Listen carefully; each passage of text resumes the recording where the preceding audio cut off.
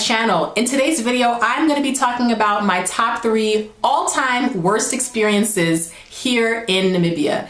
Now, if you're new to my channel, I'm Kaylin. I'm an African American that's been living abroad in Namibia for almost 10 years. I'm married and I have a 4-year-old son. And I first came here in 2010 as a volunteer teacher. I was assigned to teach high school students in rural northern Namibia. Now, my very first night as a volunteer teacher, remember, I arrived first in Namibia for the first time ever in December of 2010, and then I had a 3-week orientation with the organization that I moved here with, and then I was sent to my volunteer school site, the site where I was to teach English and computers for the year. So when I arrived at the school for the first time, I had only been in Namibia for 3 weeks, and so I get to my house, my accommodation.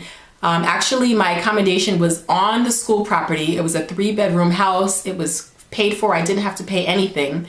So I arrived at my accommodation and automatically, just from the outside, I could see that the house had been vacant. The windows were kind of broken and the house was definitely looking like it had not been utilized in a while.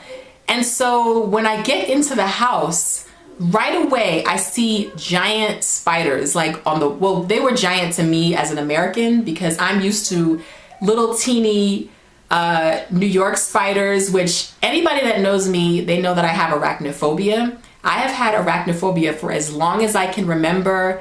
I cannot stand spiders. I don't like looking at them. I don't even like looking at pictures of them. Big, small, I cannot deal with them. They freak me out. And I don't know what to do to get over that, but that's just the way I've been for as long as I can remember. My mom also had arachnophobia, as did my grandmother. The first thing I see when I get into the room, when I step into the house, I kind of already just started scanning because I just could feel like the house has been empty. The windows were kind of broken. This place has been open to anything that wanted to crawl in here. And as I suspected, I was right. There were spiders, like big spiders on the walls. There were spider carcasses in the curtains. It was crazy.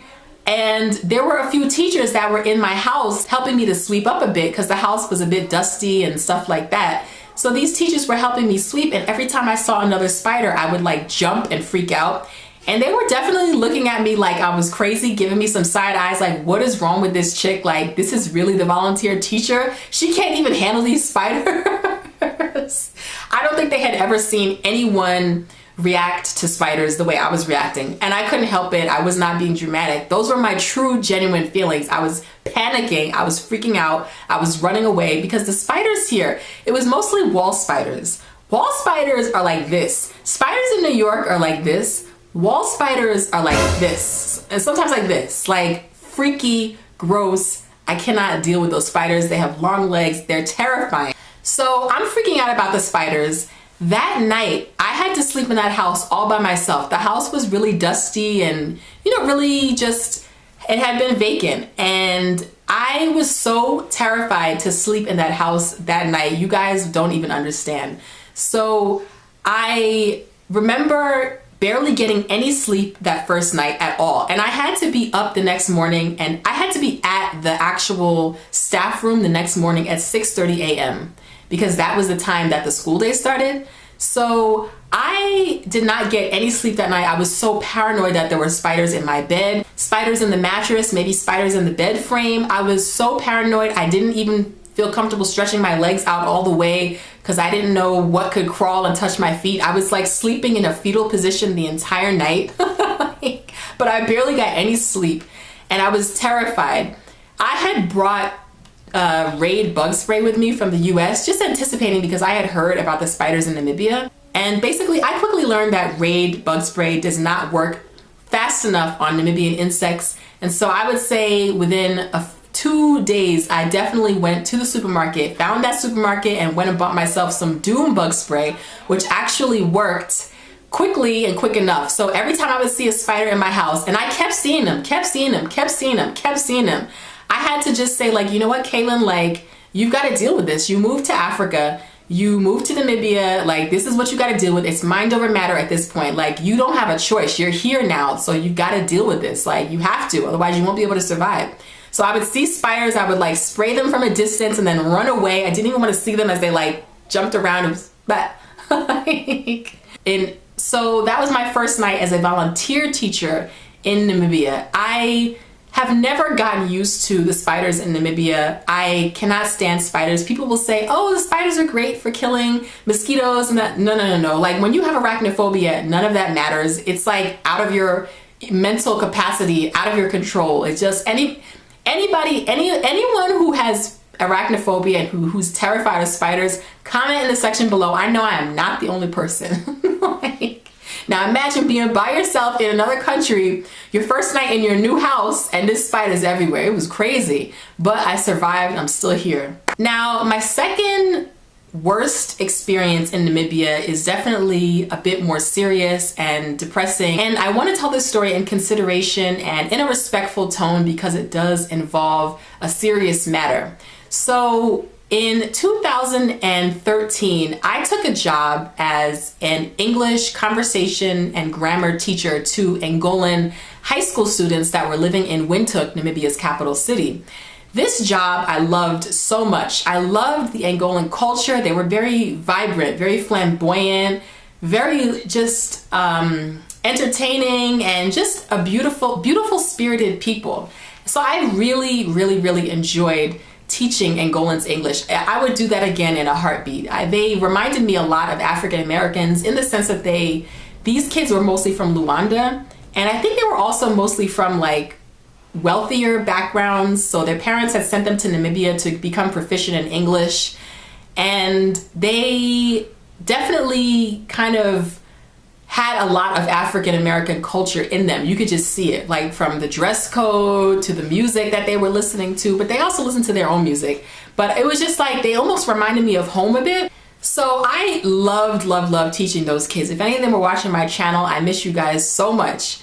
So anyway, there was one Monday that one of my male students, who was 19 years old, he did not come to class. And so the other students were like, oh, miss, did you hear what happened to that student? And I said, no, I didn't hear what happened. And they said he's in the hospital. There was a party over the weekend and he hit his head or something, and now he's in the hospital. So I was like, okay. But I didn't think that it was that serious, and the details were kind of sketchy. They weren't really telling me exactly what happened. So I'm like, okay. And so a couple of days passed and the student still didn't come back to class, and the kids are telling me he's still in the hospital. And I'm like, okay, this must be kind of serious. So you know what, let me go to the hospital and visit him. So I go to the hospital, and to my utter horror and shock, this kid is on life support, completely unconscious, tubes down his throat, down his nose. It looked like a machine was breathing for him. I couldn't believe it. I had no idea that he was that ill or that sick or that injured. And as I said, my students had never really told me like all the details of what happened. All I got was that there was a party that weekend and they were somehow, I don't know if he was drinking too much and he fell down and bumped his head or what happened, or if it was a fight or something. No one really, there were conflicting stories, but I heard that he had been foaming at the mouth, and I didn't even know exactly what the diagnosis was. It was just really bad when I got to the hospital. It was really bad and shocking and disturbing, and I couldn't believe I had just seen him on Friday. Now, a few days later, like this happens like the next day, and then he doesn't come back to class. I was just shocked. Unfortunately, a few days later, this student passed away, and I couldn't believe it. I really never thought that that would happen. He was only 19 years old. He was a great kid, very well-mannered, very polite. I remember a few days where he would just help to tuck in the chairs after he left. After the other students had already left the classroom, he would help. He would always, he was just considerate and conscientious. While everybody else kind of ran out, he was like fixing the chairs and stuff like that. And he was a bit quiet and a bit mild, mild-mannered also. So he passed away, and his father flew in from Angola to basically work with the consulate or whatever to get his body sent back home to Angola for, you know, his burial. And it was the saddest thing because me and another teacher from the school ended up having to go out together to shop for his burial outfit because his father was very busy and obviously overwhelmed. So we were asked to go and go to the mall and pick out his burial outfit. So we went to the mall, we picked out everything from his blazer to his boxers, his undershirt, his shirt, his tie or his bow tie, his slacks, a whole suit. It was crazy. Like when we went to the store, we had to tell them we were buying a suit for like someone that was deceased. It was so crazy. And it also was difficult for me because it took me back to when my own mother had passed away, when I had to do the same thing, like pick out her burial outfit. You know, it's just, that's like a disturbing, you know, part of someone passing away, like that stage when you have to do that for somebody. It's just, it really makes it very realistic. Like, wow, this is really happening. Like, we're really picking this person's last outfit on this planet, what they're going to be, you know, what they're going to be buried in. It was just really sad, and it took me back there. And I remember the night I remember his father thanked me and the teacher, and then we escorted him, me, a bunch of other teachers, the principal of the school. We escorted him back to the airport. We escorted the father back to the airport. It was the father and also his son in this casket.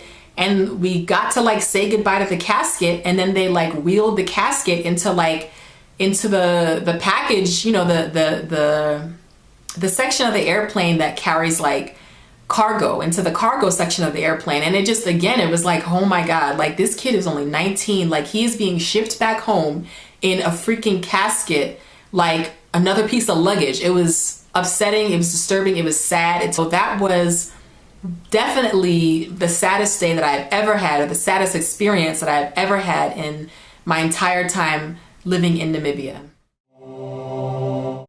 All right, so on a much lighter note, the last experience that I want to tell you guys about was back when I was a volunteer teacher teaching Namibians. So this was in 2011. I had only been in Namibia for about 3 or 4 months. And I was at the school that I was volunteering at, teaching Namibian high school students, and they decided to have a school show. So myself and another teacher were assigned to work the door. We were assigned to basically do the intake of the students as they came into the auditorium for this school show. So the night of the show came, and there was a huge crowd of students at the door.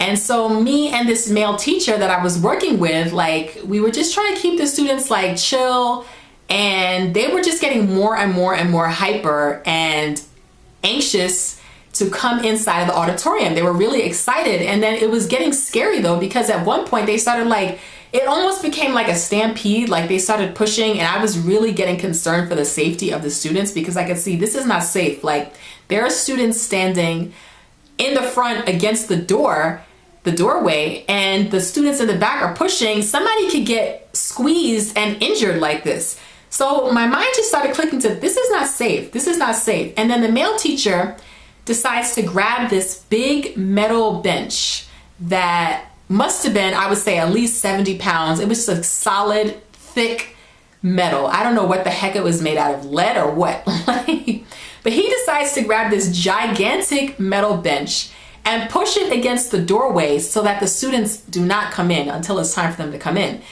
It was too late. Everything was chaotic. The students were pushing out of control, and they ended up pushing so much that they pushed this bench over, and it slammed on my foot like that. I mean, it slammed on my foot so hard. The impact was so bad and so crazy that my entire big toenail on my left foot popped off, and a bunch of flesh came off with it.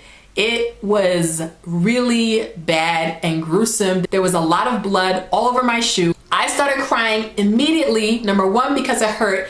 Number two, because I was in shock at what had just happened. I'm like, why did this just happen? I can't believe this happened. Like, I have a foot injury. I just got to Namibia a few months ago. What does this mean? Does this mean I'm not supposed to be here?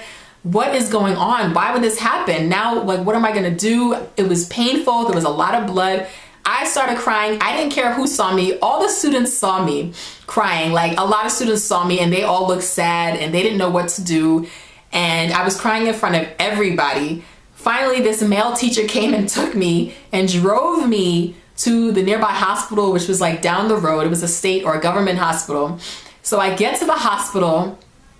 I'm still crying because I think I was kind of in shock. Like, I'm still crying, and the nurses at the hospital are kind of like stone-faced and serious. And I remember one was like, "Why are you crying?" And I was like, "Because it just hurts and I just want to go home. I just miss my mother." Like, I started going on this whole rant about like this whole tangent, and I was just freaking out. And I was just really like, I can't believe this happened. Like, I have a foot injury now. I just came all the way to this continent, and this is what I'm in the hospital. Like, this was not supposed to happen. Like, this should not be happening to me. So anyway, those nurses, they took care of me though. They might have been cold, but they took care of my foot. They wrapped it up. I had to return to the hospital like every few days to get the wound redressed so that my foot wouldn't get infected, because it was a pretty bad wound. I'm gonna put in a picture. If you're squeamish, don't look. So I had to come to the hospital every few days. They took care of my foot very well. They did a great job, and they really actually warmed up to me. They actually turned out to be really nice. And I am forever indebted to those ladies that helped my foot out. I did have to be on crutches at one point. There were no broken bones. I ended up going to a private doctor to see if I had broken any bones in my foot. Luckily, I had not. And I was just maybe on crutches for about a week and out of class for about a week. And then I was kind of hopping around, but I was okay. And I couldn't wear a shoe for a while. And also it was the rainy season, which sucked. So it was like, there was a lot of flooding that rainy season. And I remember having to like jump over big things of water and praying that I wouldn't accidentally fall into the rainwater that was everywhere so that my foot wouldn't get infected. So that was my third worst experience in Namibia. All right, guys, so I hope you enjoyed this story time, just to give you a little bit of insight into the randomness of life abroad when you've been abroad for 10 years, some of the most random things that can happen to you. And if you like this video, if you'd love to hear more story times from me, definitely give this video a thumbs up. If you're new to my channel, definitely please subscribe if you would like to hear more about my life as an African American wife and mother who's been living abroad in Namibia, Africa for almost the last 10 years. All right, guys, so I will talk to you soon. Thanks so much for watching this video. Till next time.